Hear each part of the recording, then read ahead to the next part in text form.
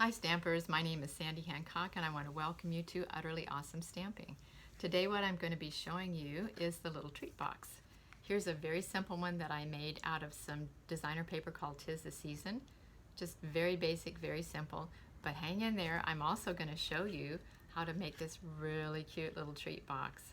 Here's what it looks like empty. Okay. And I'm going to show you how to do this. It's very simple and fun. I would love to get this as a treat anytime. This one is especially for Christmas. So let's zero in on my workspace and we will get going. Okay, here we go. All right, so the first thing I want to do is just show you the dies. This is a set. Here's the main die, and then you'll see you have two tags. You've got the little spider, a nice scallop, a wedding ring. You've got some really nice accessories to go with this. And I also want you to know that you can get one of these out of half of a piece of 8.5 by 11 cardstock.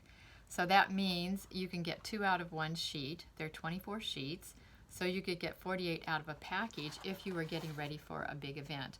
However, this is 2020, so probably no one is getting ready for a big event.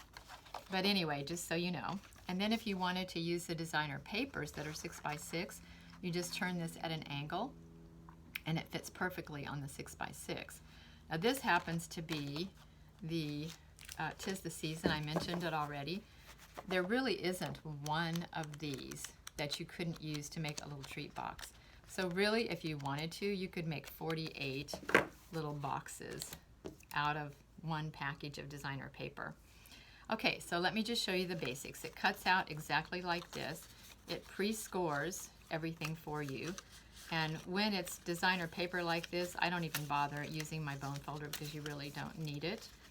Okay, so you'll notice that there is a tab and a slit on each side, so you just pull it together. The tab goes into the slit. We'll turn it around. The tab goes into the slit.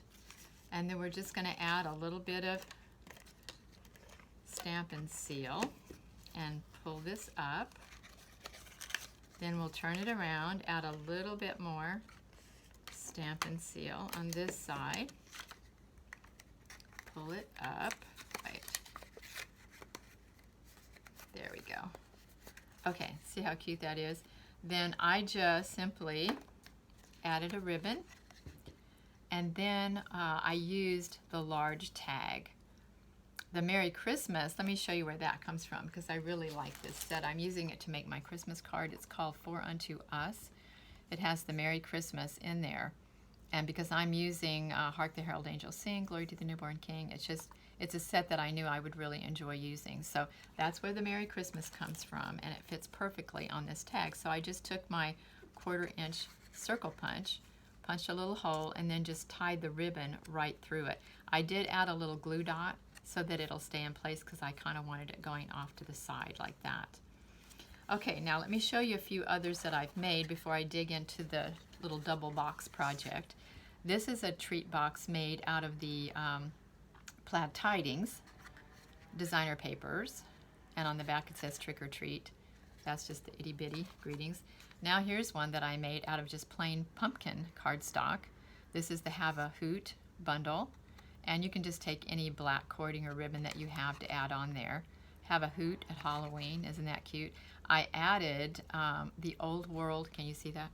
Old World embossing folder to the cardstock to keep it from being so plain. Kind of cute. Okay, then I went to the Feels Like Frost designer papers, and I put on there the little polar bear.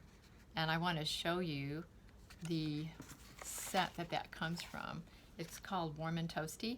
It's got this cool little polar bear and the reindeer. It's got some cute things in there. You do have to cut them out by hand, but that's not my favorite thing to do. But anyway, it wasn't that hard to do. So on one side of the Feels Like Frost papers, they're all silver and white designs. And then on the other side, there are blues, a few other colors too. But anyway, okay.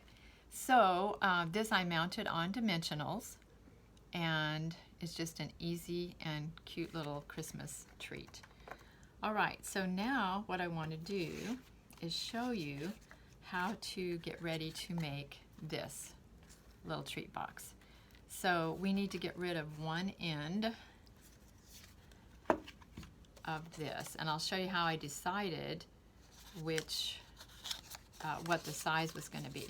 So I just folded this up and pushed it forward, and then I measured from here to here. That's 1 3/4 inches. So I knew that when I pulled this flap up, I only wanted it to be 1 3/4 inches tall so that it wouldn't cover up what I wanted to do.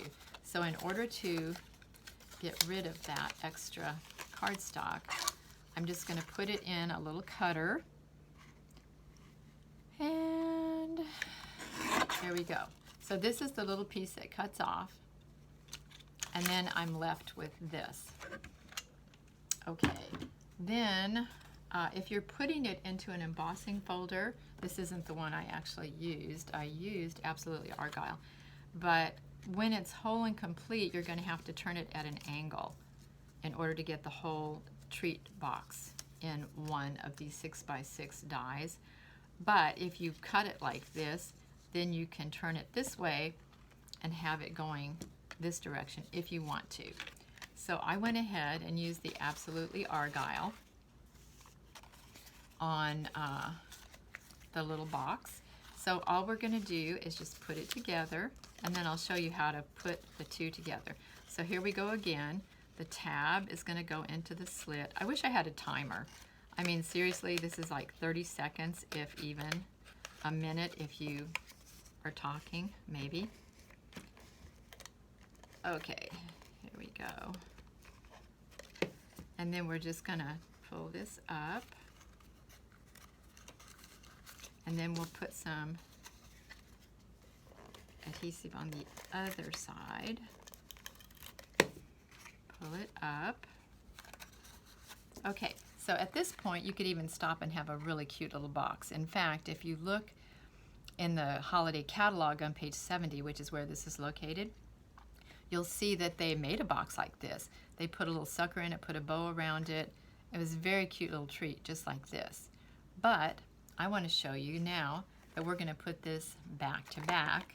So I've just made 2 boxes, cut off the 1 3/4, cut this down to 1 3/4, and then I just put tear and tape, like 4 strips of tear and tape along the back of this, and I'm just going to put these together like that. Press them really good together. You don't really need to put adhesive on this part because you're going to put a ribbon around it.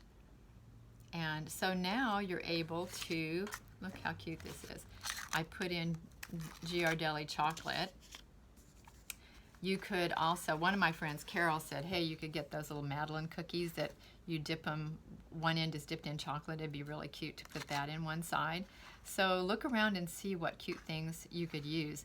Now this is another label out of the little treat box dies, and it already comes with a little hole in it. So once again, I just tied the ribbon right through it, and I thought this is a perfect size for this little box.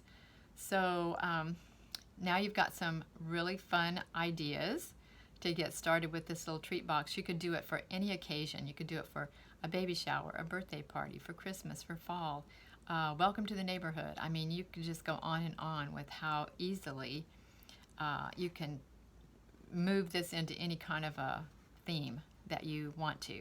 So if you've enjoyed this video, I hope that you will subscribe to my YouTube channel. If you're watching this video on my blog, you won't be able to subscribe, but if you go Sandy Hancock Little Treat Box, if you put that into YouTube, then my name will pop up and there'll be a button just below the video that says subscribe. So push that, and then be sure and visit my blog so that you can see all the details for this box and see all of the other ideas too.